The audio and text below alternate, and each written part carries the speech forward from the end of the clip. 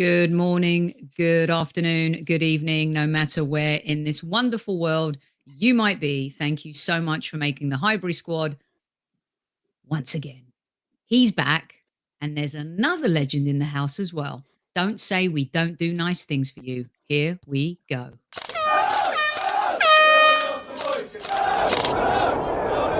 Mind the gap between the train and the platform. Please stand clear of the discussion doors.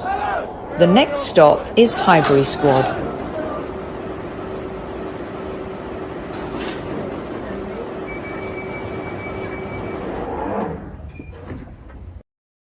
I will just let this vista tell it all. Super Kevin Campbell, my podcast brother from another mother, is back in the house.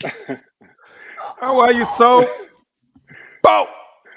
Squaddies, good to see you and good to be back. At East Squaddies, we got a legend down here. Look, down there. So he's here. And by the way, Stevie Nicol did not even put a good word for us.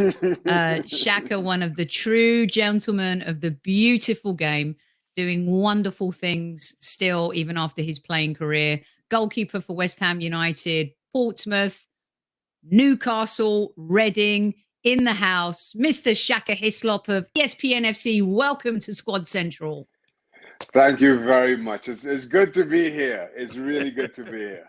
Can I just say something, hanging out with you two here? Do you guys ever age? Ever? I had to take my glasses off. Come on, Kevin hasn't changed a bit. I had to take my glasses off and just to kind of feel like I'm part of the crew here, Steph. No. Listen, you know what? Shaka looks just like he did when he played. Let's be honest, he does. He looks really well. Obviously looks after himself. And, listen, he's obviously living the good life in the US. He is. I'm not going to add or take away from that. That's right. The good news is that hanging out with Nicol and Burley all these years hasn't aged him in any way. Yeah, that's stressful. It really He's is. got the wonderful K. Murray to balance all of that out. Okay, so I've got two questions before we get stuck into some football talk, because Super Kev, did you ever put one past Mr. Hislop here? I'm going to deny it. Whatever he says, I'm going to deny it. I'm telling you right now. Listen, me and this man down here have had some Titanic battles. Yeah. There's been days when I've had about 4 chances and I can't beat him. Let me tell you that for nothing, right? So I've had nightmares with this guy. But there was one particular game where we really needed it at Everton. And we ended up, it was our penultimate game of the season, my first time on loan at Everton. And we ended up beating West Ham 6-0. Was this? It was 7, I think. No, 6. 7-1. Wasn't it 7-1? It felt like 7. It was 6. It was a 6. I remember that well because we played Blackburn the game before, and I think I conceded 5. So we traveled up. We traveled up to the northwest and stayed up. And in 2 games, I conceded 12 goals to head back down to London. Yeah, that was tough. It was tough. Wow. Yeah, it's hard. It's hard. And I got a hat trick, so I made up for all them misses in one game. Goodness. Thanks, Shaq. I love it, man. So good. Such a good sport. You know, the other thing that I remember, Shaka, about you playing, I don't know if they used to do it to you deliberately, but you used to wear the most outrageous goalkeeper shirts. I don't know if it was the Newcastle sponsor at the time. They were beautiful and eclectic. I was like, man, it was, part of, I thought the Trinidad and Tobago man is bringing it with fire. Just absolutely epic. I'm a trendsetter, Sophie, is what it is. So a couple of those shirts that you just showed were Reading. So I had some bad kit at Reading. And then went to Newcastle. That was the Newcastle one, right? Oh, that was probably the most kind of subtle of the Newcastle shirts. That's Reading. That's Reading, right? That also came in a pink. I'll hasten to add, so that was even scarier. And then this one? And then Oh, that is an absolute classic. That one. I love that one. I love Oh, that one. that's an Nuki Brown with the Nuki absolute Brown. classic. Yeah, so that's one of my favorite. But you're right, Sophie. I had some absolute. I had some shirts that let's just say they were fashion forward, and They were. leave Oh, that. I like leave that. that to Fashion. everybody to decide exactly what it means. To work that one out. It made this one. It made the Portsmouth one look so boring. Yeah, Shaka. That's right.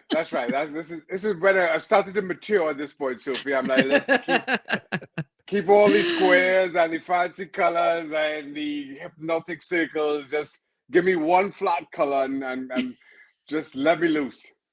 I love it. Absolutely brilliant. Well, thank you so much for joining us tonight and being a good sport.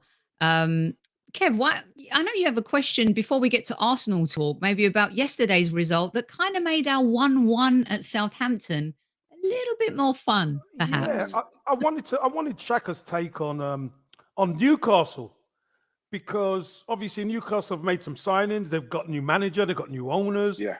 Just wanted to know your thoughts, and was that a statement win for them at White Hart Lane?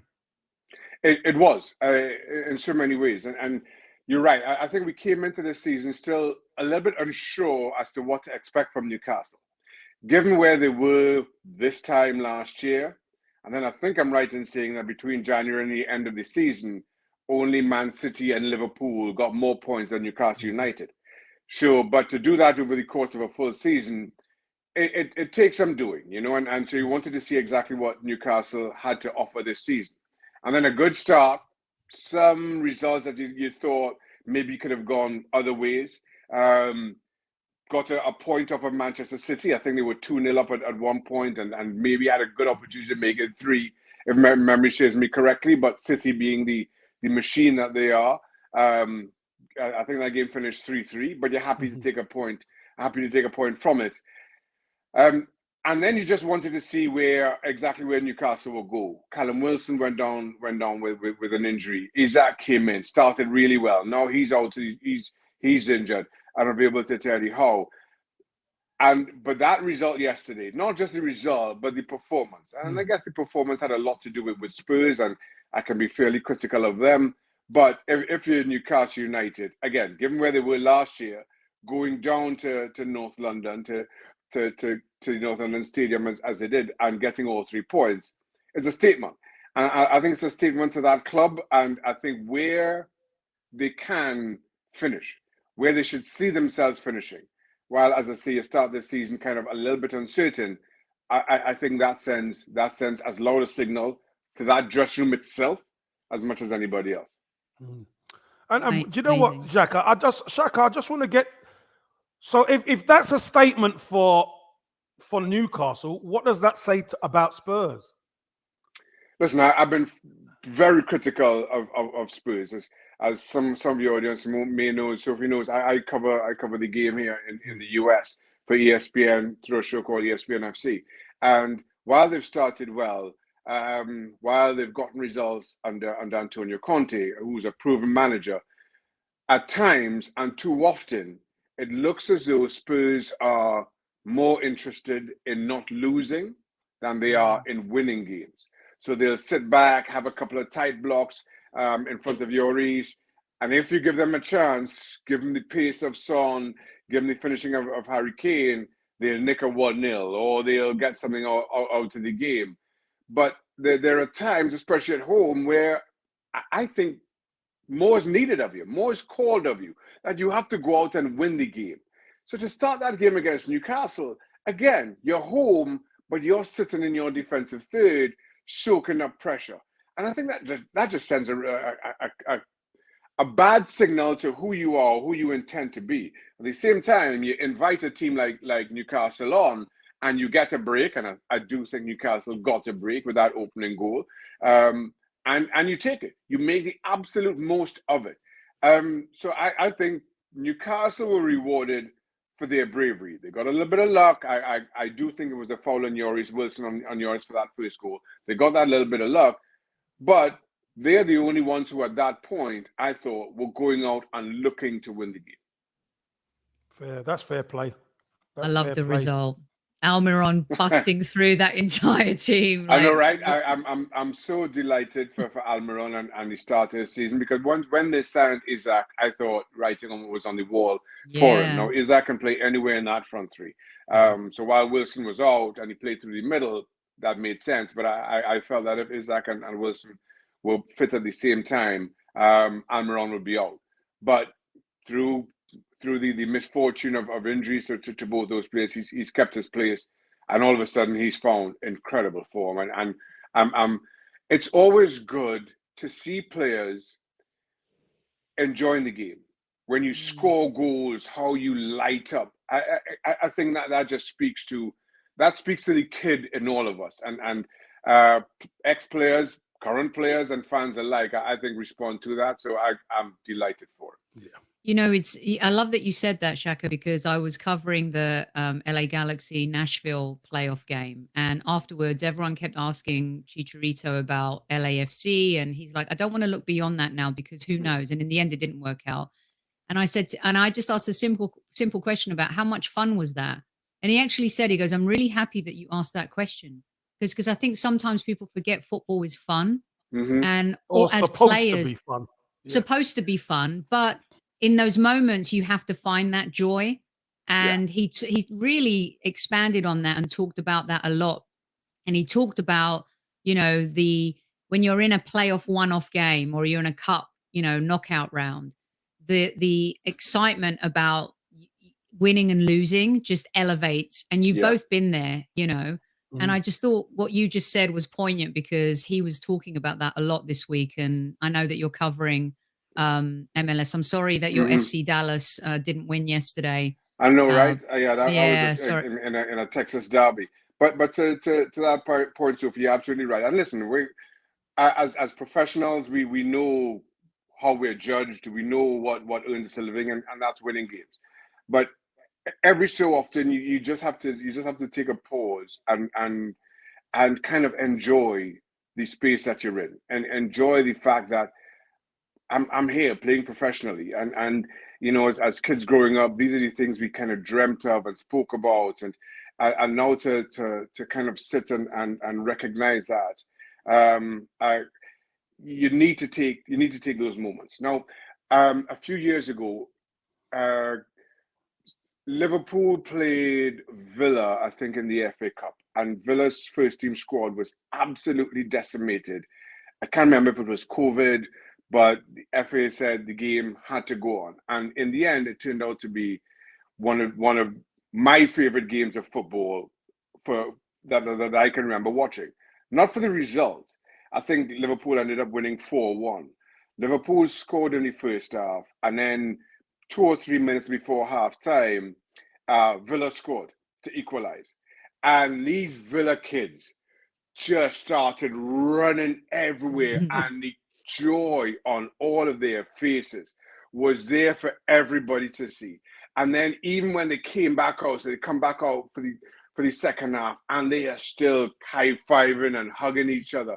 And I thought, okay, they went on and they lost. No shame to that. But I thought that really kind of highlighted so much of the game that we forget. Or you know, we tend to focus so much on results, or who's getting paid, or transfer speculation. We just lose track of the kind of unbridled boyhood joy that this game brings to all of us. And that for me was as I say, in the last 3 or 4 years, I mean, just in terms of watching the game and having fun watching the game, that was one of my favorite for as long as I can remember. Amazing. Kev always talks about when he joined Arsenal, he's having fun playing football with his friends. You know, he's playing with, you know, Rocky and Paul Davis, and it's, you know, an Arsenal fan from Boyhood, and it's just wonderful to kind of hear that, you know. By the way, shout out to Rocky. You mentioned him.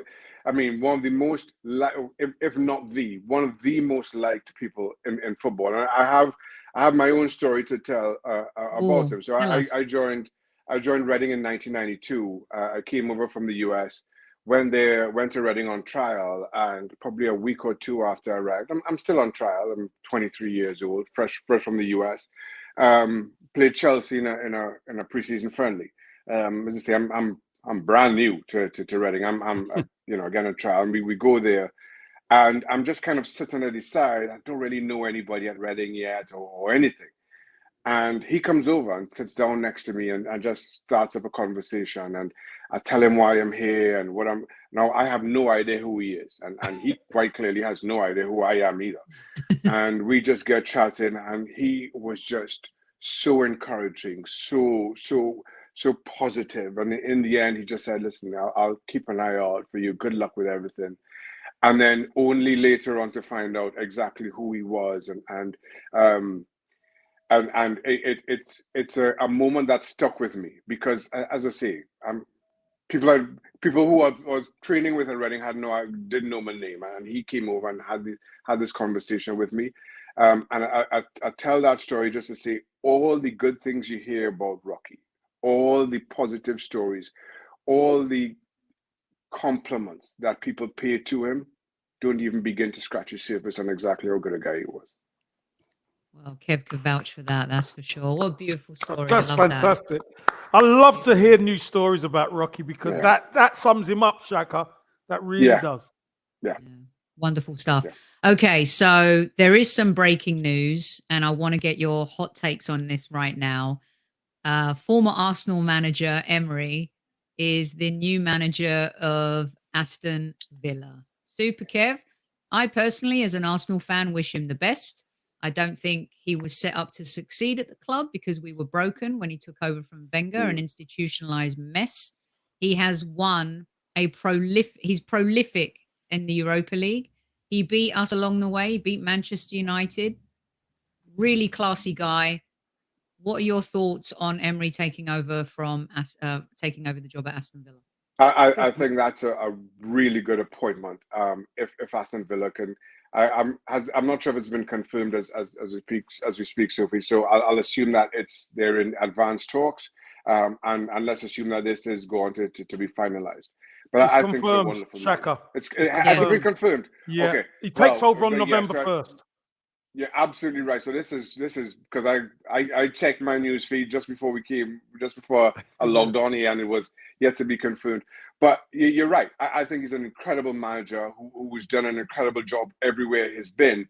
You're right to talk about the institutional issues at Arsenal. You also you would know a lot more about that than I would. I think he faced the exact same thing at PSG.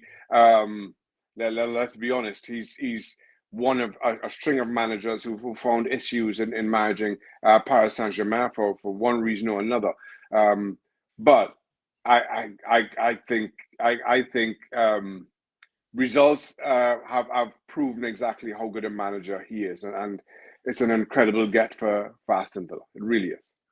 Kev, you agree? I wish him well. I wish him well, Soph, to be honest with you. I really do. And listen, whatever happened at Arsenal, some say he didn't have a fair crack of the whip. Maybe that's the case. Listen, he weren't even in the running, in my eyes, at the beginning, and he got the job. And he done a decent job. He's proven to win. We know that. Look at the job he's done at Villarreal. I mean, they've had an unbelievable run underneath him, beating us, and then obviously Manchester United in the final. So, listen, I think if anyone's going to get a tune out of Villa, I think it's going to be him. Yeah. So, wish him well. Yeah, and let's be honest, I think Villa we'll see, the proof will be in the pudding, but maybe the kind of appointment they should have made before Steven Gerrard, who's very green and, may have to lower his expectations in terms of management, maybe do what Frank Lampard did, go to the Championship and then, get yourself back up. Right. So, Shaka, now we're going to talk a little bit about the Arsenal. We love to hear the outsider-insider perspective on our club. Sometimes we get stuck in the mire. We have our rose-colored glasses on. And we mentioned Almiron, who was at Atlanta, has come to Newcastle. It's taken a while, but he's really having a great season so far. Did some good bits maybe last season, but the team is just better this season. And you see what happens to players when they're surrounded by better players. I want you to let everyone know, because you cover MLS here, you know the league, you watch Matt Turner at New England Revolution. I feel like sometimes there's a little bit of prejudice towards American players in particular. You know, Simon Jordan on TalkSport today was comparing Jesse March to Ted Lasso, and I thought that was such a cheap shot and such a lazy narrative. Matt Turner also kind of has been under fire a little bit, yet has shown and not conceded a goal in Europa League. Can you talk the Arsenal fans and our listeners through what you see with Matt Turner? And, you know, we're not saying he's the starter, but as a backup, and you've been a goalkeeper, you've started, you've been a backup, you know, what that looks like to you. Listen, you're absolutely right. I think Americans get a raw deal in terms of their acceptance in the British game. It is fairly cliched and desperately unfair in my opinion. Now, Matt Turner is an incredibly talented goalkeeper. He really is. His goalkeeper coach at New England Revolution was Kevin Hitchcock, who your listeners would know from his time at Chelsea, and Kevin rated Matt Turner very, very highly. Now, Kevin Hitchcock, who's good friends with Craig Burley, who does the ESPNF show with me here, was telling Craig that he thought Matt could go and unseat Aaron Ramsdale for the starting shirt. Now, I didn't see that myself, just because of how good Ramsdale has been for the Arsenal. But that kind of speaks to how highly he is thought of by someone who knows the English game and knows goalkeeping as well as Kevin Hitchcock does. So it was he's talented, but it was always going to be a very hard ask, given how good Ramsdale has been for the Arsenal, as I mentioned. Now, I understand the pressures of coming in to a new league, a step up, how difficult that can be. And then when you're at a club like Arsenal and how little wiggle room you have in terms of your own performances. Now, it was an easier transition for me because I joined Reading at the time when, well, in old money was the second division, in current football format is League One. So I was allowed to make my mistakes. I was allowed to grow in the game. And even then it was difficult. You know, there were times where I'm sure I'll echo the sentiments of both Mark McGee and some of the Reading faithful, that they weren't quite sure I was going to make it. But for one of the reasons being, I say this with a smile, one of the reasons being Reading didn't have any money to replace me, so they had to stick with me. And I just worked my way out of it. But now the game has changed from then, especially when you're a club at Arsenal. There's no such thing as no money to replace somebody. They get the best players in. So it's a tough ask. And maybe it will take Matt going out somewhere on loan, getting some games, settling down, allowing himself to make those mistakes and learn from them. And then we see where he is in terms of the pecking order. There you see what other opportunities present themselves, be it at Arsenal or somewhere else. But as number twos go, I stand by my initial assessment. Matt is an incredibly talented goalkeeper. Just needs a little bit of time, but time is one of the resources I think players have far less of in today's game. That's and true don't forget, Shaka, this Arsenal faithful, when Ramsdale came in, they didn't want him in. Yeah, I thought that was cheap. That was, he'd been part of 3 relegations, and yeah. I thought that didn't do him. That spoke nothing about his talents as a goalkeeper. His talent, and that for me was, that's just kind of lazy. That's for when you're having a few beers with your mates. That's not for serious discussion around a goalkeeper, around any player. Yeah. You have to judge him on his merits. And then, but then it also speaks volumes to Aaron that he comes in, despite all of this being said, both in the pubs around the country and on television stations up and down England, and he just settled in and produced the performances that he did. That kind of highlights how mentally tough he is. He has to. Yeah, that super save against Sophie. Leicester, Kev, and the save against Yeah, but Spurs. in the Sophie, derby. I wanna. There's something that I wanna hit Shaka with, because I think Shaka's been in this position. You know, when Ramsdale came in, there was a different number one in. Mm-hmm. You know, there was A there German was a international. yeah, a German international. Not just There was a number not one. just any old number one. Exactly. A German international. Exactly. There was a number one goalkeeper in there, and Aaron Ramsdale came in with all the noise, and he said, "I'm going for the number one spot." Yeah. You know, I'm going for it. And that's why I like what you said about Matt Turner. Matt Turner has got the talent, and he's going to come in and he's going to challenge Ramsdale. Mm-hmm. This is what makes goalkeepers better. Yeah, absolutely. Yeah, you're absolutely right. That competition for places makes goalkeepers better. You're absolutely right. So credit to them both. And you know, when we spoke to him on his last New England Revolution press conference, he said, "I'm not going to London just to kind of, you know, put my feet up. I'm going to compete." Mm-hmm. And I think that's, you know, every athlete is competitive. There's something about, you know, we talk about it often, you know, you see it in the Olympics, you see it in lots of different sports. There's that American kind of inner competitive vibe that I Mm-hmm. think is just on different levels sometimes in certain competitions. So also to see him kind of settle in, and I loved what he said, Shaka. I don't know if you saw the press conference before the last Europa League game, where he talked about how he feels he's a better goalkeeper 6 months later. Mikel Arteta has really challenged him and made him feel uncomfortable where he's made mistakes. But through that, he's saying that Mikel needs him to take those risks that are calculated in order for him to be better. And I thought that was really insightful to know that, you know, sometimes we just think the manager is working with those outfield players, but to see him working with Matt on that level shows that he believes in him in that regard. Yeah, that's somebody's dog is agreeing with everything you say there, Sophie.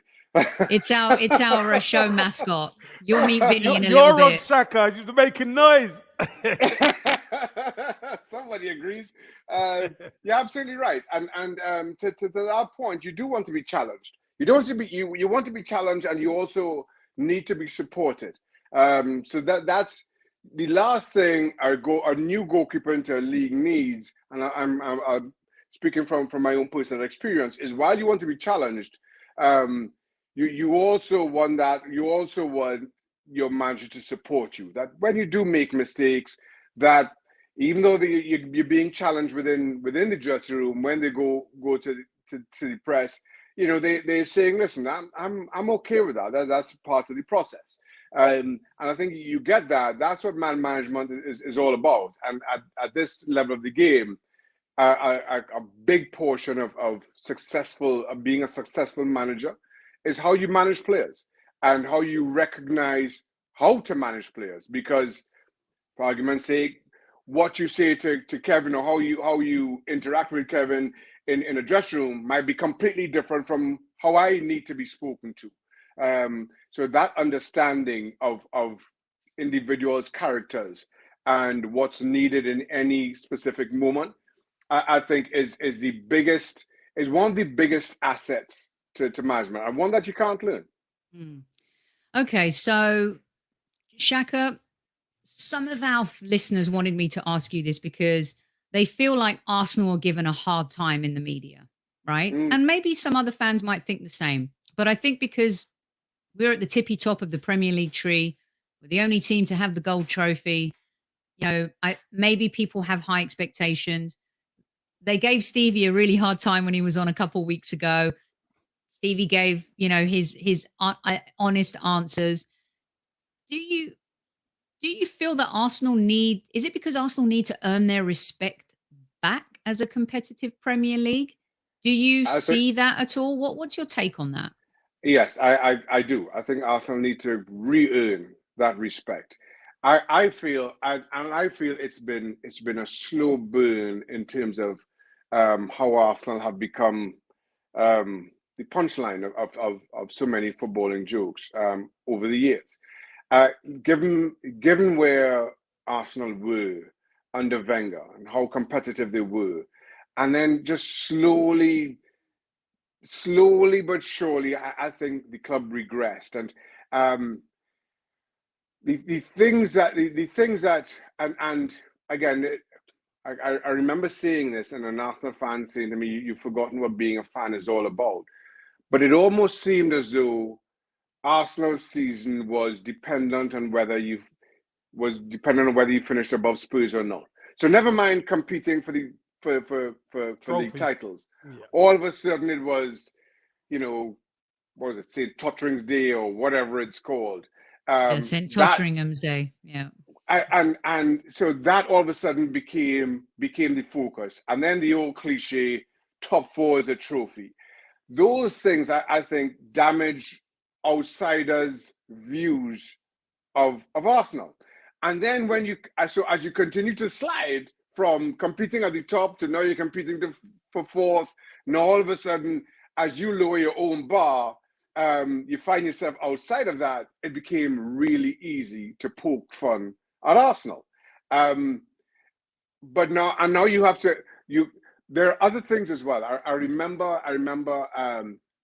Walcott once saying, or the stat coming out that during a calendar year, Arsenal had more points or second most points for some kind of remember. So this was probably going 10 years back. So Arsenal, they would have a bad first half of the season, really good second half of that season, then start the next season really well and finish poorly. But so even though you're finishing, you might squeeze into fourth or fifth or whatever it is, the kind of narrative was, well, we had a really good calendar year, which doesn't count if the first part of the year, the other part of the year is awful. So it just became really easy, and Arsenal made themselves easy targets for people like me and Sophie Nicolaou, as you say, Sophie, sitting in studios. And now you have to put together two halves of the same season, and do so consistently. And I think Arsenal are starting to show that. They've started to show who they are.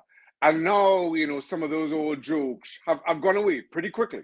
And it shows how quickly that narrative can change. Because for all the jokes that we've been able to tell about Arsenal over the last 5 or 6 years, in the space of how deep are we into this season? 10 games, 11 games? 11 in the space of 11 games, they're gone. Nobody's talking about them anymore. It's true. Yeah. True. Kev. Got a point. Great point. Great point. I love it. Very well yeah, put. Shaka, well put. For me, Shaka, being an ex-player, I've always tried to say to the Arsenal fan base that it's hard when you're used to eating at the Ritz. Yeah. And when you're used to the lovely Egyptian cotton on the bed. And then Sophie says it's difficult to then go to the roadside motel, yeah, and stay there. It's been so hard for Arsenal fans to accept. But you're right. We have to re-earn it. The past is the past. We have to do the business. Shaka, are you surprised at us being top of the league? Are you taken aback, or were you? You've been someone, I think, that has given Arsenal credit last season. Of course, the way the season ended was not ideal. But are you impressed with Mikel Arteta? And do you think it's player DNA profile? Kevin, I always argue, he says it's the players. So when you cross those white lines, it's all down to the players. What's your take? No, I think the manager has a lot to do with it. I think teams take on the personalities of their managers, whether we're talking Guardiola at Manchester City. Probably the best example of that right now is Diego Simeone at Atletico Madrid. How teams take on the manager's personalities, and that's needed, and that's needed. I think, and Arteta finally has this team playing in a way that he envisioned. So I think it does go a lot deeper than the players. I thought a lot about last season was a little bit of a wake-up call for Arsenal. How they started poorly, how good they'd become through the middle part of the season. And then right at the very end, the way they kind of fell out, I thought, so I wanted to see how the team would respond to the end to that season. Now, I was in Newcastle for Arsenal's trip to St James's Park last year. It was Newcastle's last home game of the season, and they had a lot planned. And keep in mind the season that Newcastle also had, how poor they were to start the season. They were in the bottom three, or bottom at the very least, and then finished really strongly under Eddie Howe. And there was, I remember I went to the training ground. So the game was, I think the game was a Sunday. Let's say the game was a Sunday. I went to the training ground on a Saturday, and I saw the kit man, Derek Wright, Tomo. Derek Wright was the physio, Tomo the kit man, who were there for my time. So I got to spend a lot of time. I also know Eddie Howe. He and I played at Pompey together. So I spent a lot of time at the training ground and just talking to a lot of the guys there. And they were saying that the whole feel around the club has just changed ever since Ashley sold, and now Eddie Howe's come in. They're getting results and playing incredible football. Everything about the place had changed. My wife was there with me. We spent a lot of time in Newcastle, and just the feeling around the city. My best friend is an Arsenal fan, and he came for that game. And I told my friends, like, I don't think Arsenal's young squad can handle what's about to happen. I don't think they recognize what they're about to walk into. St. James's Park, when it's as it has been over the last few games, including going back to the back end of last season, it's a magical but frightening place. And I said to him, I don't think this young squad, these young players, can handle it. And Arsenal was second best by a long way. All game. And I thought, coming out of that experience, I wanted to see how this young squad would start this season. Whether they were able to learn from it, whether they were able to grow, to mature from it. And I thought that's what you saw. And then you started the season, Crystal Palace. And I can't remember the result, but you at least drew. What was that? 2-2? 2-0 win. 2-0. 2-0 win. But I'll be honest, I thought Arsenal were poor. But it showed, and the old cliche, this is exactly the kind of game that Arsenal would have lost last season. Going to Selhurst Park, and Kev knows about traveling. It's a tough place. The streets are narrow. It just feels like everything about against going you down there. Yeah. It really does. It really does. And going there, and then again, the other cliche, not playing well and winning, I thought was a valuable lesson for Arsenal. And they responded from there. Yes, they had the blip against Manchester United. They had the blip this weekend against Southampton. But Arsenal have played very good football, and they've won games on occasion. I think of the 11 games so far, I count Palace, I count Man U, and there was one other game that I thought Arsenal did not play well. But 8 games where Arsenal. Yeah, we didn't play well against Leeds. Yeah, that might be the one. He's just frozen. Yeah. That'll probably be the one, Soph, that Shaka would say is Leeds. Yeah. I'm sure Shaka will come back in just a second. Yeah. But sorry. Leeds, Shaka, did you the other game was Leeds where you thought maybe we didn't play well that game? Right. Okay, yes. That's right. But we are again talking 11 games into the season, 8 games where you play really good football. I think that is well above what you are asking any team to do, even teams that finish in the top 3 or 4. Okay, so we're let me know how much time you have left, Shaka. Time goes fast. We've been talking for 40 minutes. Yeah, I'm all right. I'm all right. All right, cool. You're all right. We're going to keep you then for as long as we can. Okay, cool. I haven't seen Kevin for a long time. No, it's been so long. It's good. It's good to share stories and shoot the breeze. Really is. Love it. Absolutely love it. So everyone's asking both of you. Kev has always said, no excuses. You know, You have chances to win. And Kev, yesterday we had chances to win the game and didn't. A lot of Arsenal fans, I mean, they've all put their clips together. They've reposted the Sky Sports news piece with Dermot, talking about hanging legs or whatever it was on the Jesus challenge, which it seemed like the night before was given for a McTominay foul in the penalty box for Chelsea. No excuses from me. Jesus is off the boil. Wasn't the best game for anybody in the second half.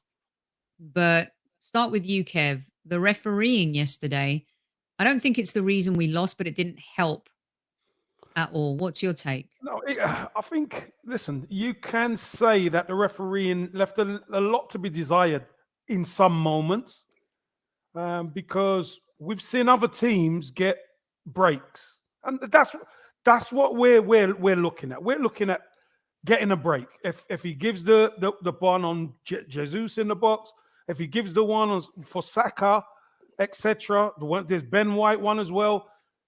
You're looking for a break. We had opportunities to score. We only took one. When you're dominant, you have to put the other team away. We didn't. But we're looking at breaks. And again, it's consistency of refereeing. That's all we're asking for, Sophie, sometimes. If somebody in one game puts his arms around somebody and brings him down, and a penalty is given, then you're expecting it to happen in another game. That's all. Hey, but sometimes football isn't 2 + 2 = 4. It isn't. It isn't that. And listen, we didn't get the rub of the green. We didn't get the breaks. We're gonna scream and moan because we're top of the league. We enjoy it up here. We're back at the Ritz. We're having a bit of lunch in the Ritz. And look, we wanted the 3 points because we knew if we get the 3 points, then there's a nice gap. But unfortunately, Sophie, we just couldn't get over the line yesterday. And I'm sure we're going to discuss it a bit later. But I think some credit has to go to Southampton. They adjusted their team. They adjusted their formation. And what do they normally do? They normally come flying at you to try and press you. And Arsenal could just play around the press. It was more controlled press, second half. And we're the ones, we got in a couple of times, but we couldn't handle them in the end. So I think 1-1 in the end, apart from the breaks, was a fair result. Shaka, what about your take on the refereeing? I think there's lots of teams who've suffered at it. Let's be honest, Arsenal fans, we benefited from it versus Leeds. I remember before the game started, everyone was like, we used to play football without VAR and technology. Let's get this game going. Why are we waiting? Oh, was it not worth the wait? Because if it wasn't for VAR, that would have been a very different story. Shaka, how do you encompass this VAR thing? What happened to us yesterday? What's happening to other teams? I like VAR. I think the expectation around VAR that it would get all decisions right was never going to be. Was just simply unrealistic to start with. Never mind just getting decisions right, getting the decisions where there's no debate. 99% of challenges or fouls or whatever it may be, there's going to be debate. People are going to see it one way or the other. And to be quite honest, I think this is one. As far as the challenge on Jesus goes, and I can't speak to the refereeing in the entire game. I say unashamedly, I was off yesterday. My daughter had a game. I went to my daughter's game, so I didn't catch any of the Premier League games live. But I did see the highlights, and I am right on the fence with that challenge on Jesus. If the referee gives it, I don't have a problem with it. He didn't. Again, I could kind of see what he's seeing, but so I understand why it's as debatable as it clearly is. I thought, on contrast, the Scott McTominay one was just a penalty. I mean, no other way to get around it. So that, once again, regardless of what you think of VAR or how much the technology improves, there will still be this debate around this game, around decisions given the game. simply is not going to go away. But I like it in that it gets more right than wrong. Humans are still involved at some point in some capacity. So there will be errors, because whenever human beings are involved, there's going to be errors. There's nothing we can do about that unless we just hand over the refereeing entirely to some robot or artificial intelligence. But given the speed of the game, given how much is at stake in today's game, I will continue to advocate for VAR. I think it. I know that some fans struggle with it, but I think that it's worth keeping it because the stakes are too high. But they need, a lot of the times we're arguing more really about maybe the rules of the game, Kev, versus the actual decision making. Yeah. And I think that's a big issue and a big problem as well. It seems like they've tweaked the offside rule, so that's working a little better maybe this season. But like you said, Kev, it's the consistency. It's the consistency. Yeah, it's the consistency, because you know what? Shaka says the McTominay challenge was a penalty. But remember when Chelsea played Spurs and the foul happened there and it wasn't given. On Cucurella. On Cucurella. These are the things that get us all riled up, because how could that not be a penalty and this be so the consistency of it, and a lot of the time it's the referees. I'm sure, Shaka, you remember when West Ham scored an equaliser at Stamford Bridge, and the goalkeeper went down, the Chelsea goalkeeper went down, Bowen stepped over him and caught him slightly. Yeah. But play on, it was put away, and then the referee looked at it and brought it back. Yeah. I mean, again, it's these little things that rile the fans up. The other thing, and Sophie, you're right to point that a lot of times it's us just not knowing the laws of the game, or just being uncertain around the laws of the game. But also, you cannot write a law that covers everything that's going to happen in a game. IFAB and FIFA can decide on this is handball, this is our handball law, and there is no way that whatever words they put down on paper is going to cover every single incident that happens on the game. So it is going to be open for interpretation, and that interpretation is at the hands of the referee. He has to see it and make a decision around how he feels about that incident. But we might read that same law, see that same incident, and interpret it very differently. So we have to accept that we aren't going to agree on every single thing, and then going back to the old cliche in the game, over 38 games, you trust that it comes out in the wash, as we used to say. Yeah, it's interesting. I just wish you just have to get it right. There's so much at stake, whether you're going for the championship, a European sport, or you're fighting relegation. Okay, we'll get Shaka out. Xhaka. Yeah, Xhaka. We'll get Shaka out on a couple of these. Can Arsenal win the Premier League? Maybe. Will they win the Premier League? They can, but it will take... I still think Manchester City are the best team in the league. But of course, I think their holy grail is still winning the Champions League. So we'll see if they make a deep run in the Champions League as they get into the knockout stages. Does that distract them any? Do they lose focus in going after the Champions League? That's a possibility. And then the one thing that nobody knows about is how teams are going to fare after this World Cup. Mm-hmm. Who comes out better? Who comes out worse? At this point, it's just a mad guess. Nobody knows. Does it serve you better to have players going to the World Cup, or does it serve you better to have players not playing any football for a month? Nobody knows. So that's an uncertainty that everybody has to contend with. But all other things being equal, I think there's a possibility, but I'm not putting any money on it, Sophie. Maybe it's because Manchester City have Thor playing for them up front. He's But like a Marvel the character. thing is, with City, we know City can last 38 games. We know they can go from pillar to post in a season leading. Facts. We haven't seen Arsenal do that for quite some time. As good as Arsenal have been, you want to see them, as I was saying before, put together a full season consistently being this good. And we're just not sure, just because they haven't for so long. But we know City can. Okay. Shaka, Go on,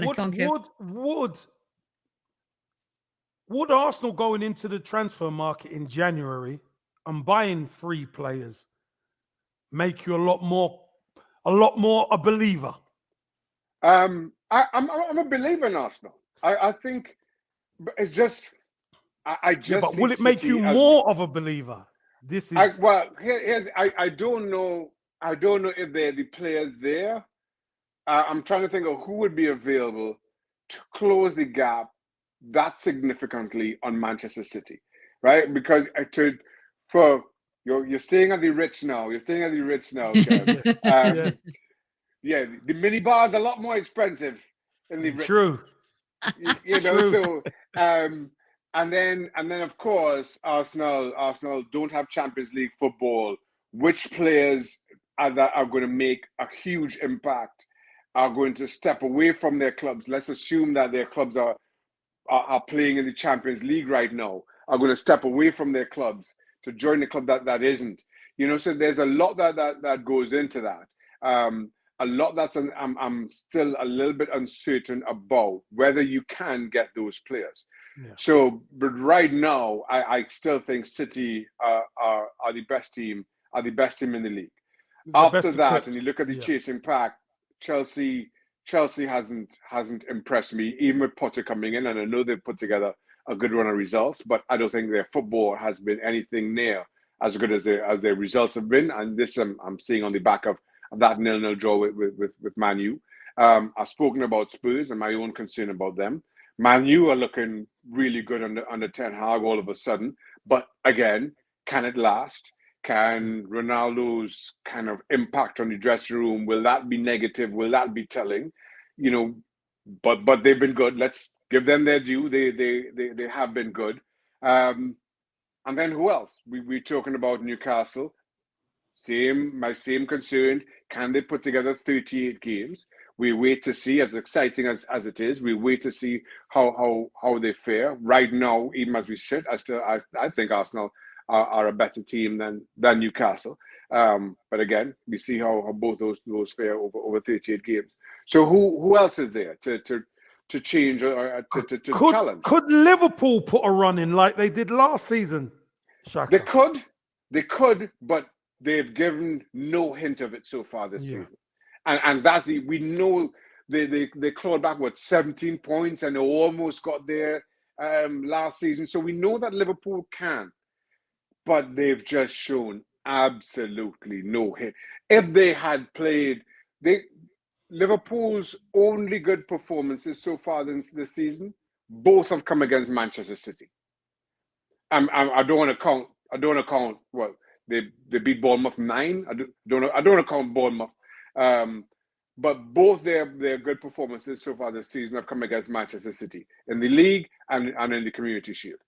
Other than that, even when they've won, they've not been convincing. I don't think they've been at all convincing.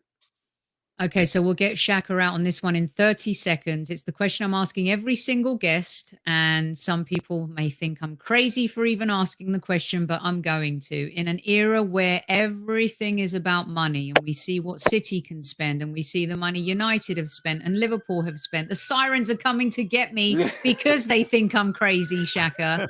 If Mikel Arteta was to pull off winning the Premier League with this team in this era, would you stack it right up against Anfield 89 and the Invincibles in terms of an achievement? Maybe for this generation, it will feel that way. But would you?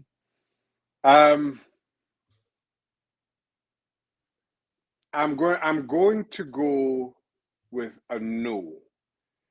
I just think that going a full season without losing a game is it's just It's crazy.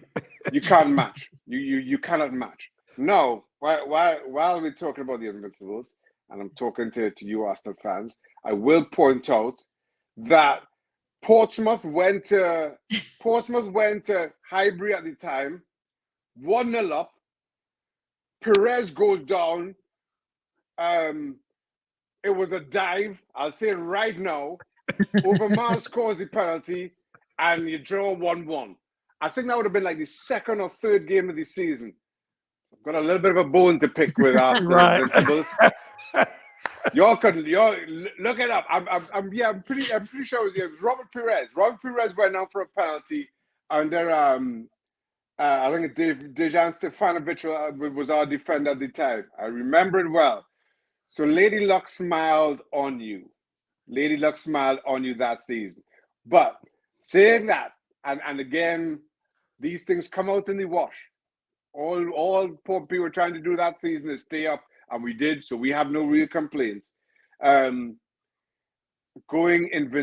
a full season without losing a game, it's just we are talking about Manchester City being the best team this season, the best team in the history of the Premier League. We are piling every accolade we can on them and on Haaland, and they've already lost one this season. So that tells its own story. Brilliant stuff from Shaka Hislop. You can catch him on ESPN FC. You can find the show online as well. He's doing amazing things outside of the game, very involved in the racism campaigns. And Shaka, would you... I'm honorary president and founded founding patron of Show Racism and the Red Card, which has grown to be the UK's largest anti-racism charity. And just as a shameless plug, we have what we call Wear Red Day, which actually was Friday gone, 21st of October, where all our supporters, commercial sponsors, we encourage people to wear red in a show of anti-racism and allyship. Our last count was 438,000 people wearing red as a show of anti-racism and allyship. It started, as I said, when I was at Newcastle. We used football and footballers to spread that message. I know Kevin, part of the Arsenal teams, part of Everton teams, has done more than his fair share in supporting the work we do, in supporting that unified call for equality. I am happy to talk about it, especially given the role that Kevin Campbell has played in our campaign. So tribute to you, Kev, for that. And absolutely, Sophie, I am happy to come on, even if it's just to again, remind all your listeners that Perez dived.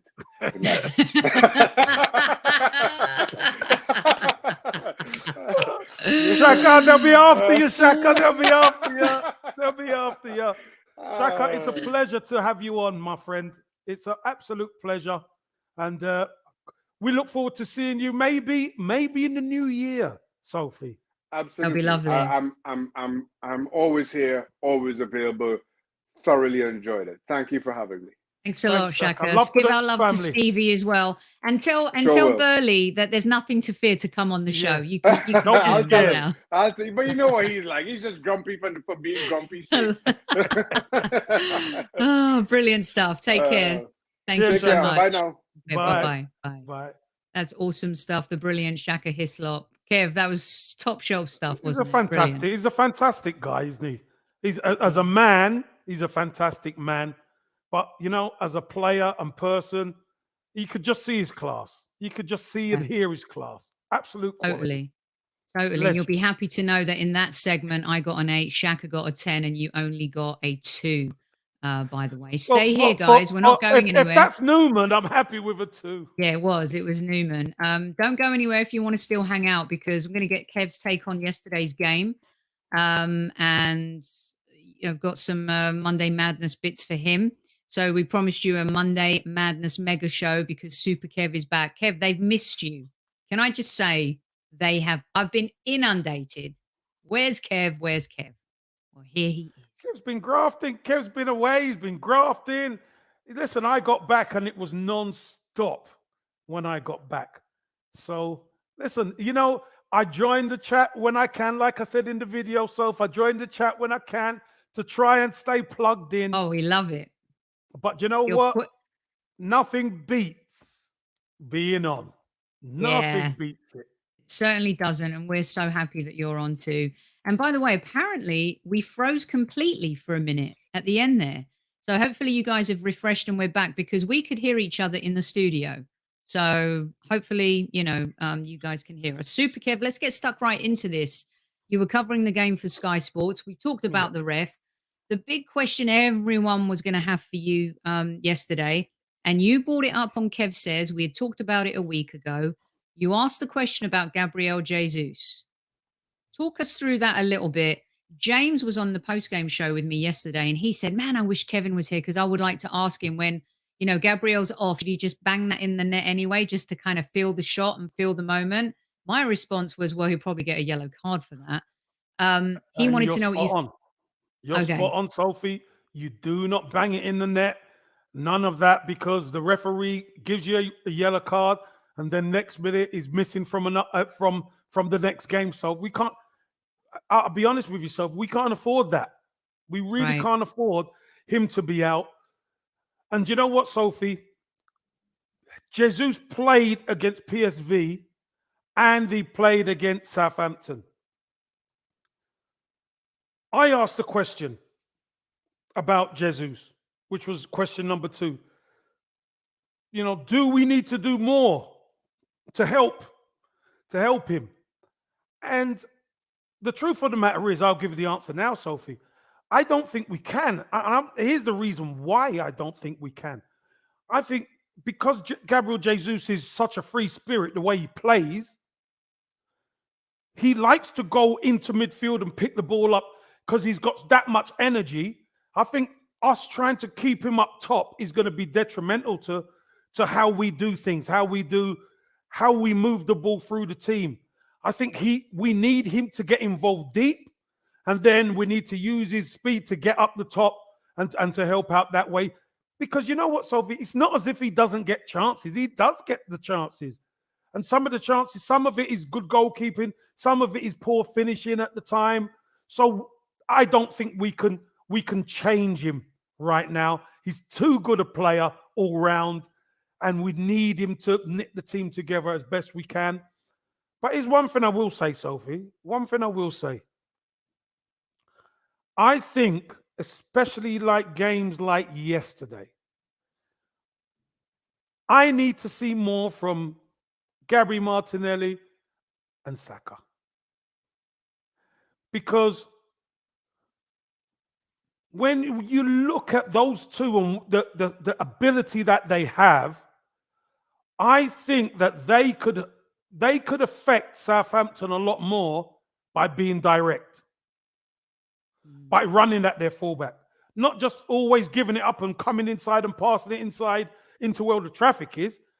I think we've got to beat them on the outside. And I know for the goal, Ben White made a great overlap. Saka used his brain, little roll back. Ben White got into the box, cut it back.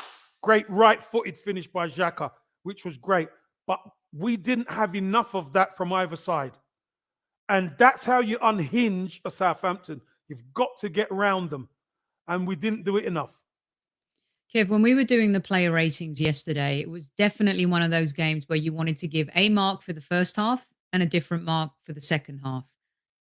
The first half, especially the first half an hour, was great.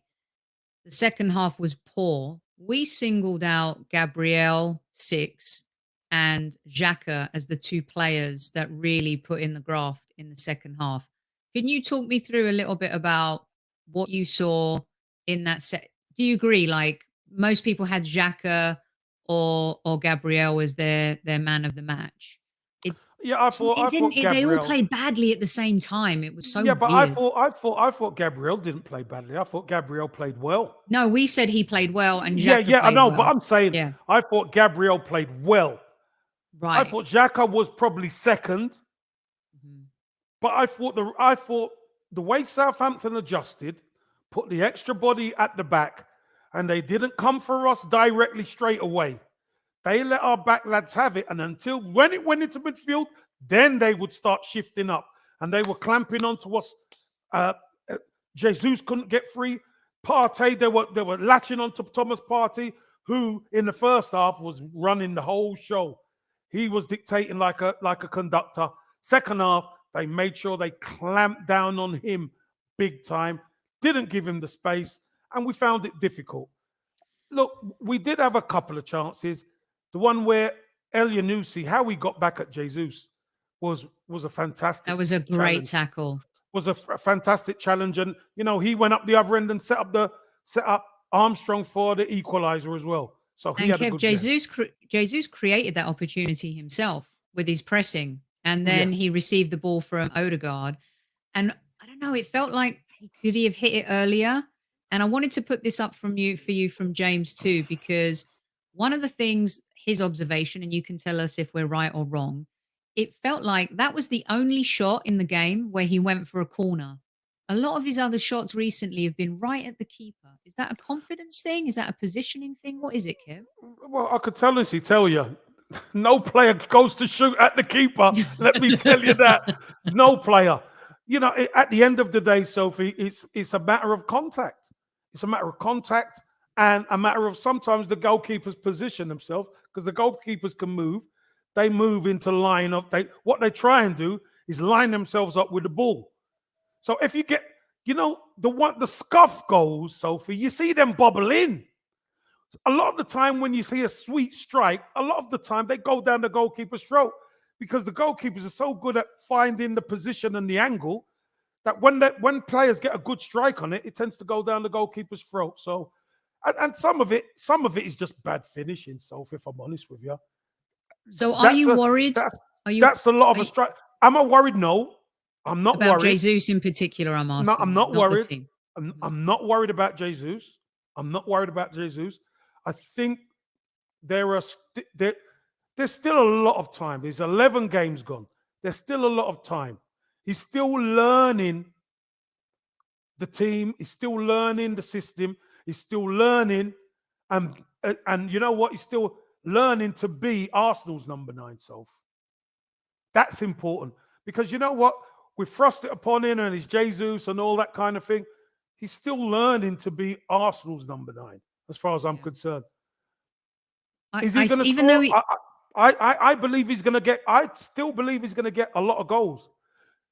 But a lot of his goals, I believe, most of his goals are going to come in the second half of the season. It's a great game coming up against Forest, who I think are so high and so euphoric and put so much mental and physical energy into that Liverpool game, Kev, that it might be a good time to play them, a good time to kind of regroup, get some goals. Nothing's guaranteed in football. Who knew Forest would beat Liverpool? It just shows you when a team comes together and they believe anything is possible. Henderson's save was ridiculous. I mean, the dude was absolutely on fire. So players are going to have a bad game. Well, I don't want us to. We didn't have a good game against Leeds. I'm hoping this is a fad and doesn't become a theme, right? One of the questions that came said you have to ask Super Kev this is Tomiyasu. Players can have a bad game. Sometimes managers can have a bad game, right? Now, did Mikel Arteta have a bad game yesterday in the sense of the Tomiyasu experiment, or at that left back position when Kieran Tierney's on the bench? And I thought when he came on, he showed what he offers more going forward. I think Tomiyasu on that side, I don't know why it feels more limited, which is why I don't think Martinelli had the best game, yet he tried, and his effort, Kev, was like 150% all the time. Effort-wise, listen, I can't blame the team effort-wise, Soph, because the effort was there. The way we played in the first 35 minutes, first half, there was a distinctive drop-off in the second. And, like I said, we have to give some credit to Southampton, because you are playing against a team who can make life difficult for you. They've proven it. They beat Chelsea at home. They're not a bad side if they can hang on into the game like they did in the first half, make the adjustments at half time, and then get after you a little bit, but smart, like they did in the second half. They can make life difficult for you. And I totally understand the Tommy Arsu, left back position. Nothing beat him down the left-hand side, Soph. We played well first half. Nothing beat him down the left-hand side. But you always tend to find when the opposition start to get on top, because you haven't got that natural left footer there, maybe that's where we struggle a little bit. Because Kieran Tierney, he loves getting forward. Maybe that was a game. But again, we keep a clean sheet, we win the game, so it's that simple. And well, this is what we were talking. The margins are so small. Mm-hmm.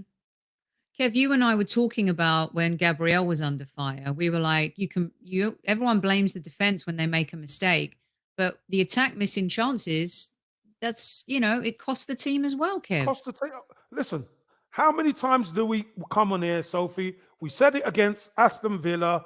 We said it against, I think it was Palace. We said it so many times. We start off like a house on fire. The game should be over within 20, 25, 30 minutes. It should be over. It should be 2 or 3-0, Sophie. But the problem is, it is not. And when it is not like that, it gives the opposition a little chink of light, because all they need to do is, if they step up, it's only 1 goal in it. It's different if it's 2, but it's 1. You get 1 back, and in the end, you could see we were trying to push. We didn't even have enough quality come the end. They brought Walker on. They were bringing players on to try and see if we could run out of steam, and they could beat us. They weren't good enough to beat us. And, we take the point. Sometimes we have to do that, Sophie. We don't like it, because I believe we created enough to win that game. But we weren't clinical enough. And we don't want to be here saying, look, we've got to kill teams, yet we're not killers. But we must become killers, Sophie. Mm-hmm. Yeah? We've got to kill teams. We're not killers yet, but we have to become killers. That's why I want Gabby Martinelli and Saka to give up some of that inside stuff to get on the outside. So I asked him the question about that at Pro. Be patient here a little bit, because I'm going to ask about the subs, because before I get to that, because Kev just touched on something, I've been going against people since yesterday. This entitlement and this narrative and headlines, we dropped points. You have to earn points in the Premier League. We gained the point. Yeah, and we were in a winning position.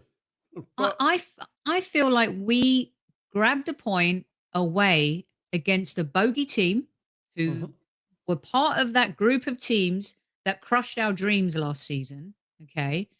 And they're no fools. I know Southampton have had some issues, but there's certain teams you play against sometimes where there's just something about it always. And this whole idea of we drop points, I just think that's a bit entitled. Do you agree or disagree with me, Kev? Sophie, here's one thing I will say. For years, we've been on here for a few years now, and we've heard we ain't good enough to challenge, we're mediocrity and all that. Now we're top of the league on merit.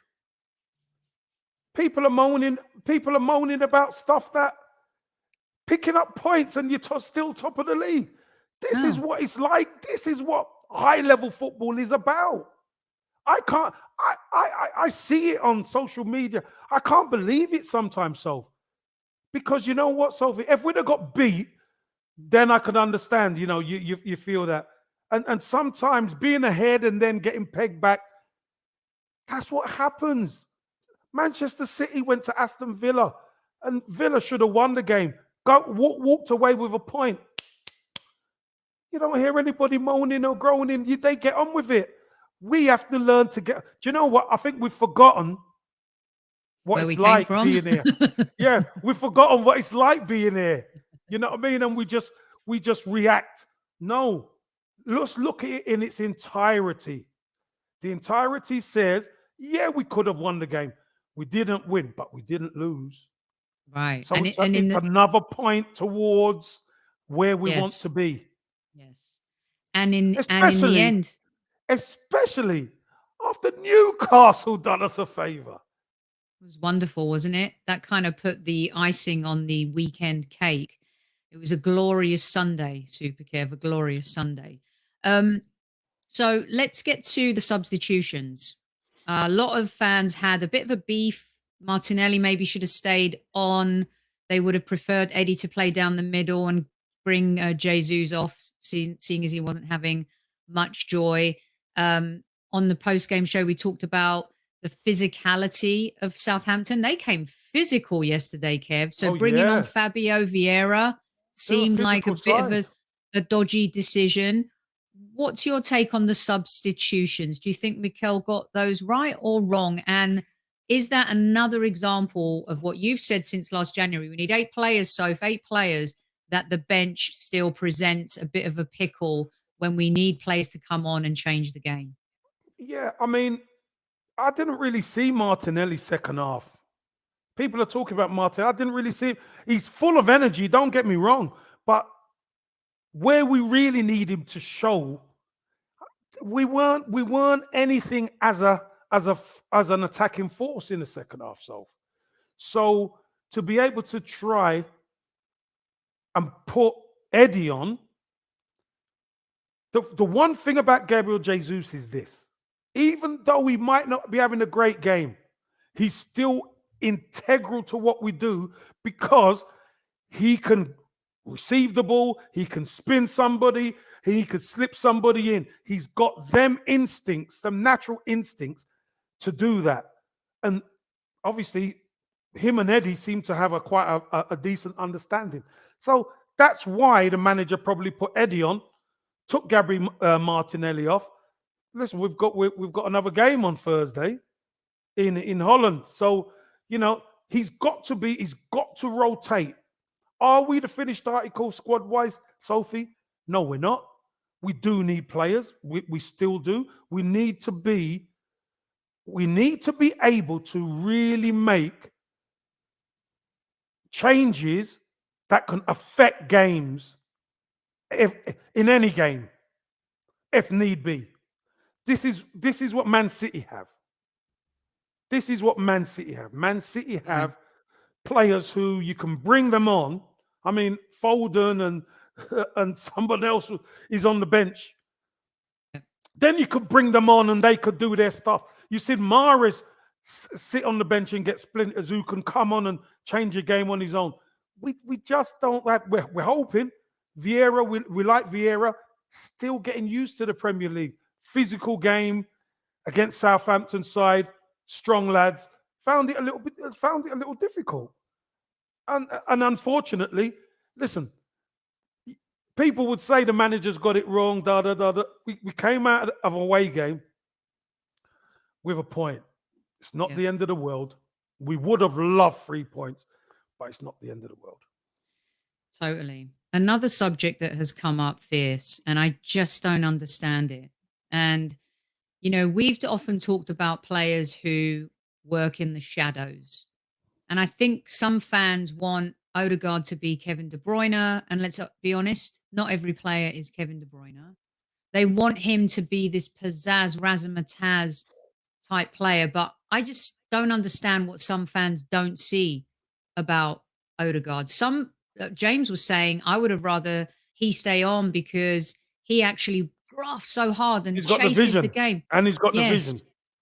Kev, what is your take on this opinion of a few? It's actually quite a few. It's alarming, really, about.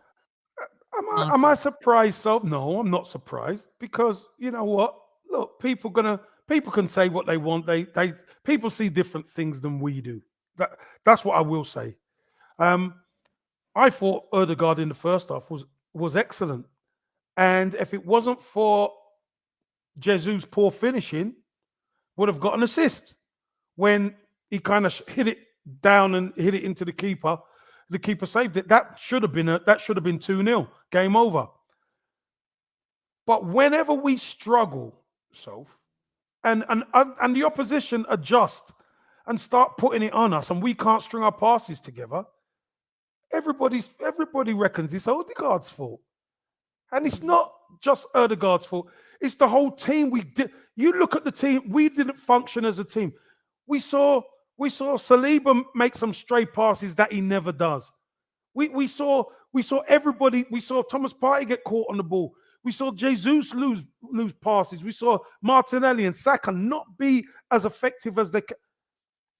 Nobody played up to standard second half bar Gabriel and possibly Xhaka. Nobody else did. So, again, blaming Odegaard, again, some fans like to scapegoat. That's what fans like to do. Fans like to scapegoat. But why would you scapegoat? We're top of the league. Don't scapegoat. This isn't the time to scapegoat anyone. Just accept it. We accept it. Second half, we weren't at the races. Should have been over in the first half. Yeah, okay, Odegaard didn't have a great second half. But there was only 2 players, you can say, and maybe Ramsdale, who really, Ramsdale didn't have much to do, who kind of get away with playing to a certain level. Again, it's going to happen. 38-game season, Soph, and the majority of our games, we have played well. So we're going to have dips. I mean, yeah, even Saliba was, like we were saying, he was clutching yesterday and being rash, and that smoothness. He was grabby. Yeah. He was grabby, wasn't he? He was touchy, grabby. Sometimes that's what happens when you may be a little bit fatigued, Soph. When you're a little bit fatigued, you get a bit grabby and stuff like that. But, Sophie, we have to go through this, because if we want to be that team, now's where we've got to go for it. We've got to fight through that fatigue. So what do you think about, you've never been one, I know, like when a lot of people were saying last season, Saka's tired, and you're like, tired? There's no room to be tired. This Thursday football, they weren't used to it last season, right? So they did get more time off. I say they didn't play as many games. It does seem like Lone Star says here the fatigue is evident. We have played 10 games or 11, because I think we've got 1 game in hand. But no, we've played 11 league games. Is it not alarming that we're this tired already? Isn't that worrying? Well, look, again, fatigue is a thing. Fatigue wouldn't matter if in the first half there was no fatigue, was there? No. But this is the whole thing. There is no fatigue when we're dominating. But what we've got to remember is that we are playing against professional opposition. They're going to adjust again. They're not just going to let Arsenal, okay, you're playing us off the park, we're going to let it happen. No. In fact, what we're going to do, we're going to turn it into a physical game, Arsenal. We know you played on Thursday, majority of your team, so we're going to make it a physical encounter, and that's how a Southampton get back into the game. That's when the fatigue starts to come, because then it becomes war of attrition, which is what can happen. So our problem is we're not killers yet. And we got to learn to be killers, Sophie. We have to learn to kill teams off, because you know what? If we're 2-3 goals up, we can play nice and easy. We don't have to do anything fast. We can just keep the ball moving. But because it's 1-0 at the time, they've got skin in the game. They come after us, and we found it difficult. We're away from home. We found it difficult. And they're the home team as well. So, yeah. Kev, one of the things I said on last night's show is Mikel's gotten so much better at game management and subs, but yesterday felt like the kind of game where maybe, not saying he got it completely wrong, but adjustments weren't as what we've seen from him so far this season. Do you think that he needs to learn more because I know you always say to me, he's going to go for every game, so he's going to try and win every game. But with that Thursday football, the domestic cups will kick in. You've got the World Cup sandwiched in between. Does he not trust the other players to rotate more, Kev? Is that what it is? I mean, that might have been No, evident with the subs bench yesterday. no, doesn't trust them yet. And which players you talking about, Soph? So, for Because example, he trusts them yeah, in the Europa League, right? Because we've seen Marquinhos, we've seen Vieira, we've yeah, seen yeah. Eddie. That's not the Premier League. It's not the Premier League. It's not the same level as the Premier League. If we're honest, Yes, it's you true. can That's get you true. can get the minutes. You Mhm. can get the minutes in that. But if you look at all the squads in the Europa League, they've had the sprinkling of the first 11 in there. If it isn't Gabriel, Saliba plays. If it is, Xhaka tends to play in midfield or someone else. You said Saka and Martinelli or Ivor plays. Odegaard usually plays. There has to be a vein of first team starters Yes. in there because he doesn't trust the others enough yet. That has to be earned, Soph. You don't just get thrust into the Premier League side, because you know what comes after that, Sophie? When you put Lokonga in the first team and this one in the first team and that one, they're not ready or they're not good enough or there's a drop off. Mikel Arteta has to juggle the squad as best he can and try and manage minutes. Why? Because we don't have the depth of squad that we would love. Sophie, we would love an extra 3 internationals on the bench. You have another 3 internationals on the bench, all of a sudden it's a different kettle of fish. Different kettle of fish. I would say with those 3 additional internationals, then you're talking. So that question you asked Shaka, if we go in the market, if we can get 3 quality international player, Sophie, if we can, we've got to do it. We have got to do it, Soph, because you know what? We're going to find ourselves close come the World Cup. If we're top or we're not top, we're going to be very close, right? Them 3 players or 4 players or whatever you can do could make the difference. Second half of the season. Exactly. So with that said, who are you resting on Thursday? Going away to PSV. So I'll be honest with you. You could rest quite a few now, because beating PSV at home gives us the cushion now. 2 games left. The last game is Zurich at home. You can go there even if you get beat.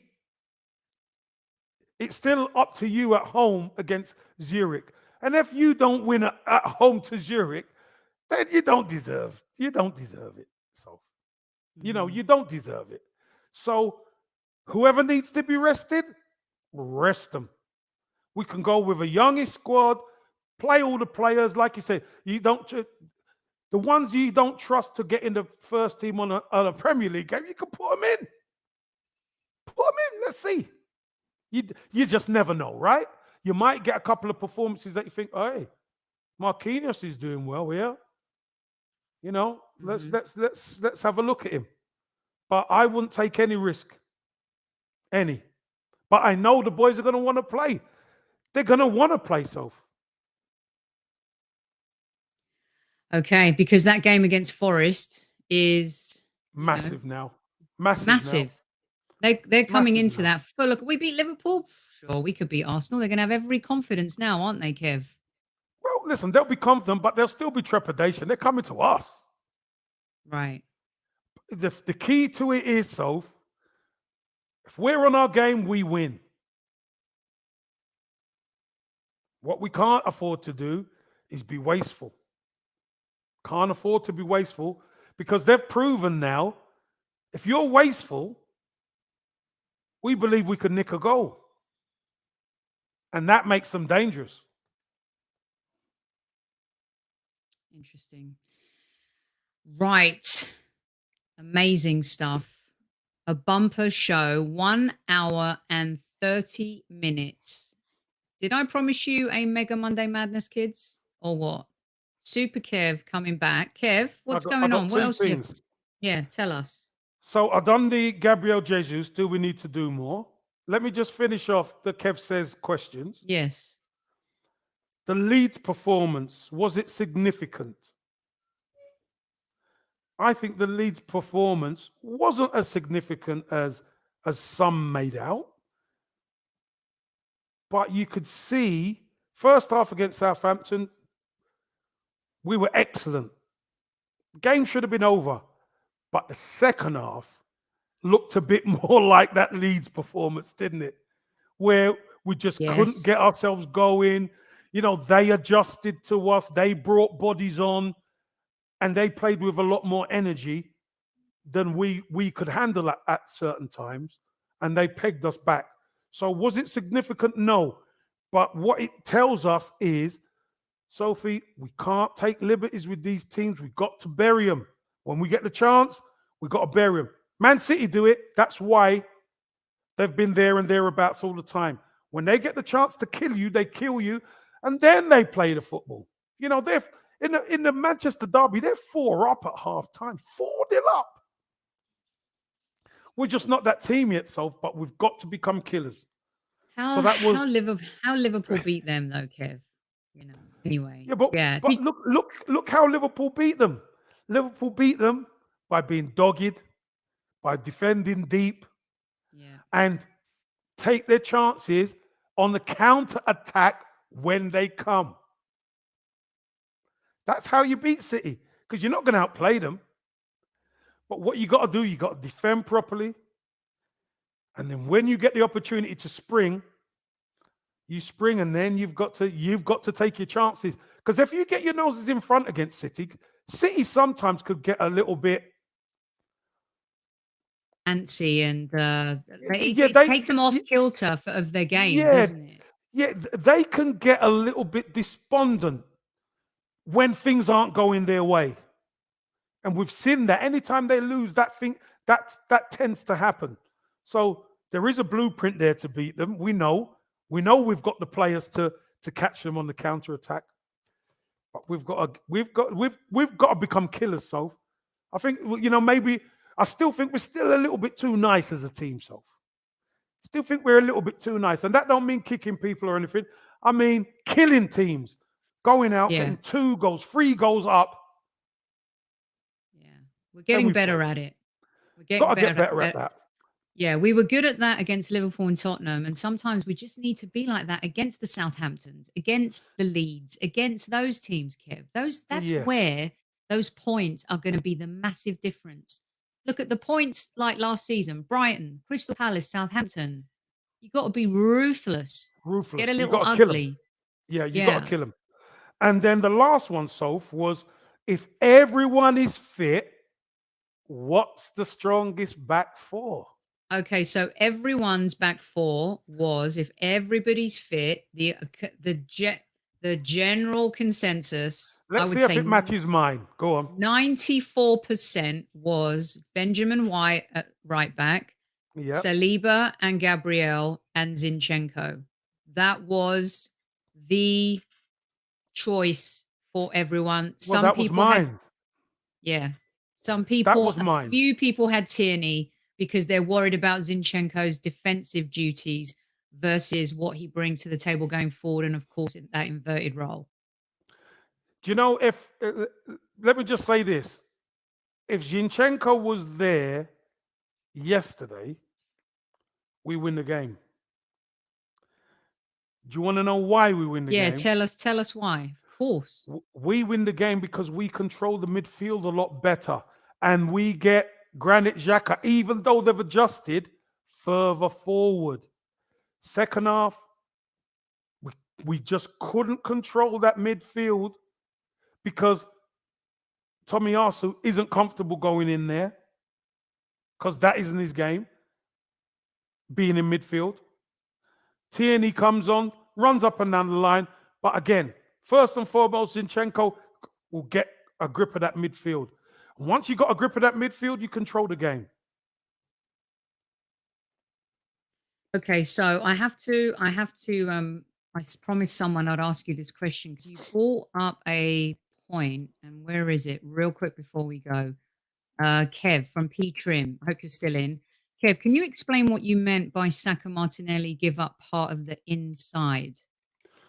So what you tend to see with Saka and Martinelli is when they pick the ball up, they don't try to beat the man on the outside. What they do is they tend to come inside and play balls inside and try and get through that way. And against decent defenses, that's easily negated because not only do they double up, but the centre half comes across. And when the centre half comes across, any through ball tends to get intercepted, so they can't run in that way.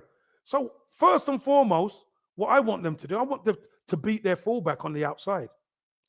The moment you start beating your fullback on the outside, all of the centre halves in the middle who are nicely set, all of a sudden are running back towards their own goal because balls are coming that way.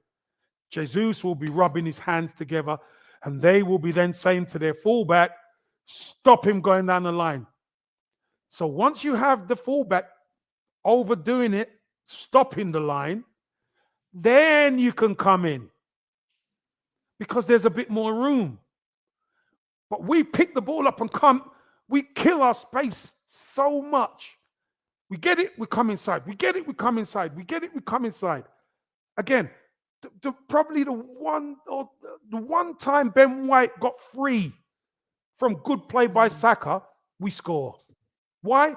Because nobody could pick Xhaka up when Ben White gets in there because everybody all of a sudden turned towards their own goal. Ball gets played in behind the centre half. Xhaka free as a bird in the middle. You see Manchester City do it quite a lot. They get players round the outside and down the sides and balls get cut back. It's hard to pick that up for defenders. Which makes them a little bit predictable throughout a game because it's so easy to read, right, Kev? And there's some riff questions off that. Some people are saying, would you like them to see swap sides more? And you can do. You definitely can see them swap for 5-10 minutes. Definitely. That is for me, that is good play. Mm-hmm. Let's have a go. So Saka's on the left-hand side. He can go on the outside now. You know, he's not going to come on the inside and bend one with his right foot. But I'll tell you what he can do. He can run at you on the inside, play balls and follow it, which makes a whole another story. But he can also go on the outside and get behind his fullback and whip balls in and cut balls back. See, Kev, this is Martinelli where on the other side. Yeah, so this is where I promised you guys a Mega Monday Madness show, and I wasn't joking. A Demsec's question: should the left back and right back cut in? This is where I feel, P Trim, great answer to your question. This is where I feel Tomiyasu's limited on that side, and to be honest with you, he wasn't really overlapping on as a right back. He's not. He's more like the bruiser in defense, wins the headers, protects. He backs it up, doesn't he? He backs it up unless it's open to go. Yes. But you know what, Sophie? I'll be honest with you. I think Mikel Arteta, when he plays Tomiyasu there, he wants us to be more solid than not. Because so he's not asking him to bomb forward. Yeah. But he wants us to be a lot more solid, keep the ball, keep it ticking, because I fancy us to beat the opposition. And you could say in the first half he got it right because we battered them, but we just couldn't kill them. Yeah. Great responses to Kev Says questions. And I got the ones in from the people on YouTube that commented on the show. Thank you so much for contributing to that and asking those questions. Some great ones from the squaddies in the chat tonight. How many And likes we got, Soph? We've been going nearly an hour 40. How many likes have we got? Tammy, Chief Like Officer, please let us know. I think we were close to 180. We've had about 300 in live chat tonight. Everyone's That's probably good. watching the football. And if you That's are good. watching on replay, thank you. And to those What's the listening on our score, audio everyone? platforms, What's the thank you. Yeah, score? what's the score in the West Ham match? Give us. We've sacrificed watching football. We've got Super Kev here. He's given us 177, 180 now. Yes, we're at 180, Kev. Not bad, not bad. Not 1-0 West Ham. It is. apparently a very dubious handball. Wow, Ooh. we were talking about referees. Kurt Zuma. Speaking of dubious, Kev. So we're getting nominations in for our beautiful coin, which you've missed a little bit in terms of the reaction. People are loving it. I've been inundated with stories and nominations, and as they know, we're going to be giving this away in the coming weeks. And we've had some wonderful stories. And don't forget our friends at Zenith Coins, the gift that keeps on giving. HS20, get your 20% off. Go to Zenith Coins. The link is in the description. So we've had some wonderful nominations. And then, Kev, while you were away, we had this. This is Newman's nomination. He's secretly desperate for a coin. He's got David Dean on there. I don't know if that's Robbie Lyle and Dan Potts. There's lead judges Sue Barker, and yeah, that's Newman's nomination. I said, I promise I'll show it to Kevin, and I'll show it on the show. And everyone told him to go back to the drawing board. At least there wasn't cleavage this time. I was hoping there might be a bit of arse on because So, do you know what? I want to know what has he got a fetish for Sue Barker? Hey, Lone Star. He does. He's got a fetish for Sue Barker, hasn't he? He's obsessed with Sue Barker, honestly. And Sue's a lovely woman, Newman. She's lovely, but next time I see Sue Barker, I'm going to say, listen, this Newman fella, he loves you. Amazing. And Mark has his coin gifted by Super Kev at the Hippodrome Q&A. Lovely picture, that, Mark. Brilliant picture. Great picture. So remember, the Highbury Squad at gmail.com, the Highbury Squad at gmail.com. And there's going to be... what I can see? Yeah? I can see a commemorative double box. Ooh.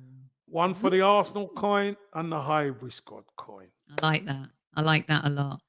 I like that a lot. We're going to announce our first Highbury Squad coin giveaway at the end of the week. So you're not going to miss out on that. And let's just say it might be going to someone who appears in chat regularly. So we'll just leave it at that. Okay, we'll leave it at that. Super Kev, what do you have lined up this week? Where you going? What your moves? Got moving and shaking. Tomorrow I've got an absolutely mental day tomorrow. The Global Soccer Awards. Me and Geordie Peter Redding, who you know in Dubai, we done the nomination video last week, and we're doing the recap tomorrow. Nice. So that's gonna take quite a bit. Then I've got a column thing to do, which I do every week. So that's going to take a couple of hours. Then I've got a recording to do. Then I've got a couple of bits to do. Then in the evening, I've got to go and see my godmother. I've not seen her for a couple of weeks. That's the best part of the day. Yeah, so I've got to go and see her. And then by the time I finish that, it's like 11 o'clock. Midnight. Yeah, exactly. Yeah, well, these we've given you 1 hour 45 tonight. Promised a radio style show. There will be no live show tomorrow. Okay, kids. So this is a bumper edition. We got Shaka Hislop, but we've also got Kev giving us his take on those games. So we'll let that marinate a little bit. We'll be back live on Wednesday. Talented Gooners is returning with the most amazing artist that I think some of you already love. I mean, the dude is on another level. And I'm going to announce that on our community page tomorrow. All right. And we've got some other brilliant shows lined up. And I like to tease you a little bit. So you'll have to watch out on Twitter and the community page to find out who these fine folks are. We're up to 203 likes now, Super Kev. I like it. You've come back and you're intimidating them like Manchester United intimidate referees. Brilliant stuff. Oh, I tell you what, they did intimidate them on what was it, Saturday, whatever. God, that Chelsea penalty was a bad one to give away, wasn't it? Crazy. But what a header from Casemiro, Kev. Oh my God. Superb. Absolutely superb. Imagine the people that were poo-pooing him when he came and they were like, Scott McTominay and please. Casemiro. He's world class. He's world class. He's world class. He's world class, that guy. Vinny, you want to see Vinny? Okay, because Kev's missed Vinny as well. We'll bring Vinny out real quick. Okay, here's Vinny. Hit the like button on the way out. He's wearing his dicky bow all week long, this kid. Doesn't want to take it off. And of course, Vesper in her bandana, saving like Rambo. They've missed their Super Kev as well. Don't forget to visit our friends at Zenith, guys, okay? Go give them some love. Give your friends a gift or gift yourself. Because you know what? Self-love is the most important love. And happy Diwali to all of our listeners who are celebrating. Lots of light and happiness to you. Super Kevin Campbell, I've missed saying this. Over to you. Yeah, happy Diwali to all of our people who celebrate Diwali. Hope you have an absolutely wonderful time. Look after yourselves. Take care. All of you squaddies, it's great to see you. Great to be back. You know what I always say? Tell your loved ones you love them. You never know what it is. Stay healthy. Take care of yourself, no matter where you are in the world. Squaddies, Sophie, great show. As Darren says, great show. And look after yourselves, squaddies. At ease, squaddies.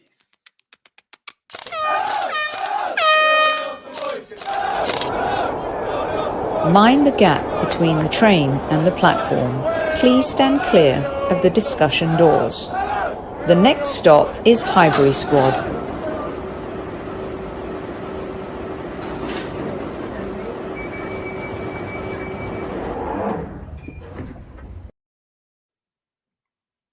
We'll find the button. Just needed to get that last message on. The Highbury Squad is powered by Zenith Coins. Support the future, treasure the past. Official licence partner of the Arsenal Football Club. Follow at Zenith Coins across all social platforms.